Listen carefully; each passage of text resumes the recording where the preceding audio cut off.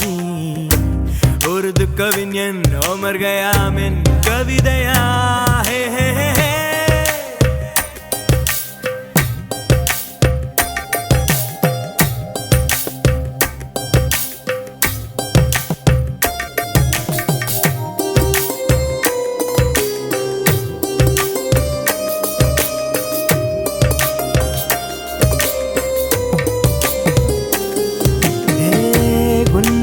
நெற்றி உன்னை பற்றி கூறுதே உள்ளிருக்கும் பொட்டு உந்தன் கொட்டு சொல்லுதே என்னுடைய பார்வை கழுகு பார்வை தெரிஞ்சுக்கோ